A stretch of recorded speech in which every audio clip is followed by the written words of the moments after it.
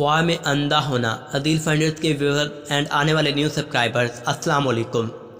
حضرت ابن سیرین رحمۃ اللہ علیہ نے فرمایا ہے، اگر کوئی خواب میں دیکھے کہ وہ اندھا ہوا ہے،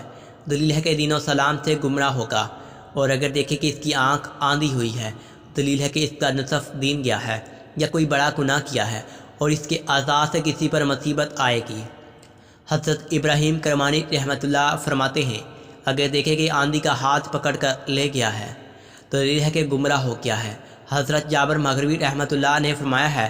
اگر دیکھے کہ نابینا ہوا ہے، دلیل ہے کہ اچھے کام اپنے ہاتھ سے کرے گا، اور اگر دیکھے کہ اس نے کسی کی ایک آنکھ آندھی کی ہے، دلیل ہے کہ اس کو رائے دین سے دور کرے گا، اور اگر دیکھے کہ اس نے چوپائے کو اندھا کیا ہے، اس شخص پر دلیل ہے جو اس چوپائے کی طرف سے منسوب ہے،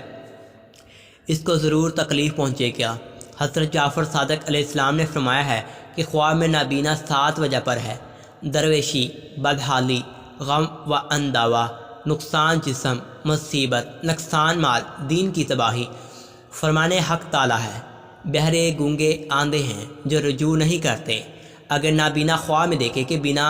ہوا ہے،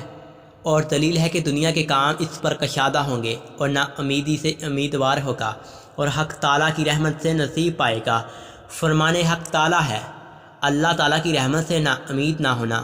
کیونکہ اللہ تعالیٰ سب گناہوں کو بخشے گا۔ اگر آپ کسی بھی خواب کی تعبیر جاننا چاہتے ہیں تو اسلامی خوابوں کی تعبیر جاننے کے لیے عدیل فائنڈرز چینل کو